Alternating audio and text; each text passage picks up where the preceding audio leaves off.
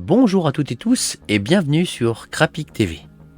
Lors du 40e festival Quai des Bulles de Saint-Malo, j'ai croisé la route de Marc Wasterlin, un auteur que je connais depuis les années 80 pour ses aventures du Docteur Poche, ainsi que de Jeannette Pointu, la journaliste. Et là, il était en dédicace pour son dernier album Tucker. Je voulais également rendre hommage à Oriana Esposito, qui est sur la photo, et qui est la femme de Marc Wasterlin, qui a réalisé les couleurs de la deuxième moitié de l'album de Jeannette Pointu, Fake News Fiction, tandis que la première partie avait été réalisée par Balou.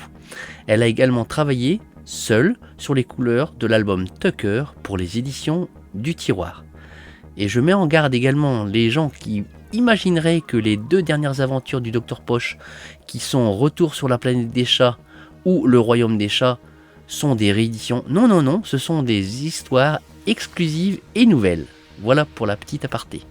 Et avant d'aller plus loin, je voulais juste faire un petit focus sur le dessin qu'on voit à droite là, qui est une revisite du dessin de l'île Noire d'Hergé, où là on voit en lieu et place donc Jeannette Pointu et le petit chat blanc à la place de Milou.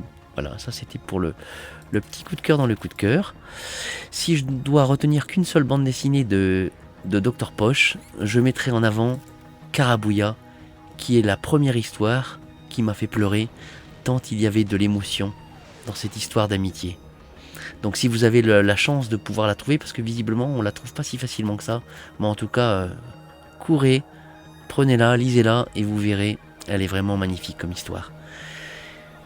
Et sinon, au niveau des histoires de Jeannette Pointu, je prendrai par contre le tome 3, le Dragon Vert. Alors pourquoi ce tome ? Parce qu'il existe deux versions.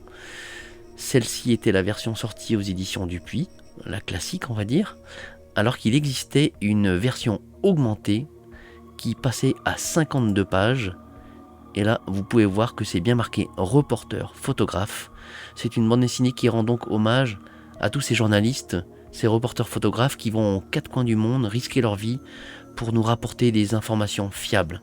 Et franchement, cette histoire est émouvante au travers du regard des différents personnages. Donc je vous encourage également à la trouver, ainsi que toutes celles de Jeannette Pointu qui sont vraiment très très bien et se lisent très facilement comme histoire.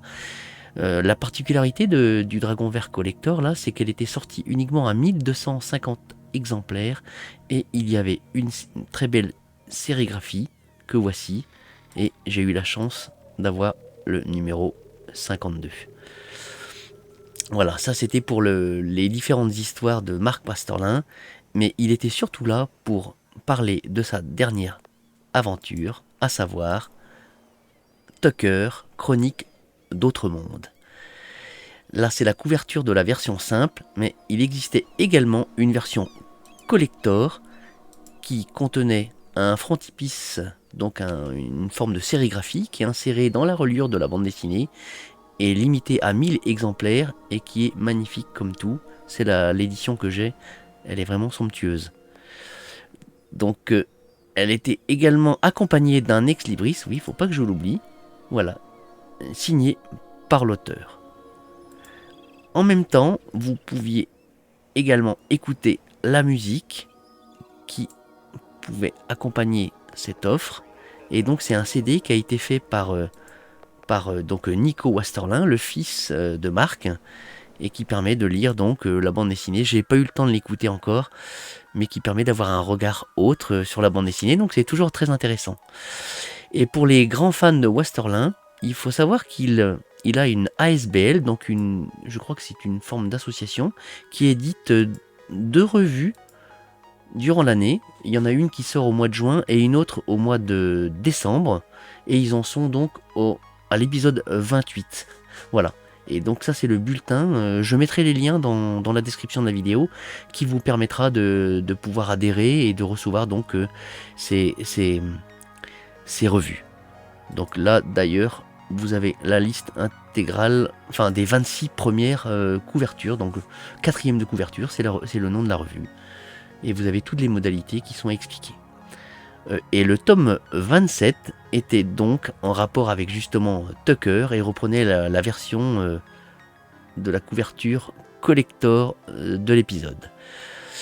Et voilà, Maintenant, là, on le voyait à l'œuvre sur ma dédicace. Il a pris son temps, on a pu discuter. C'était vraiment un moment très sympathique parce que je l'avais jamais vu, alors que je le connais depuis si longtemps. Donc voilà, enfin, ma patience est récompensée.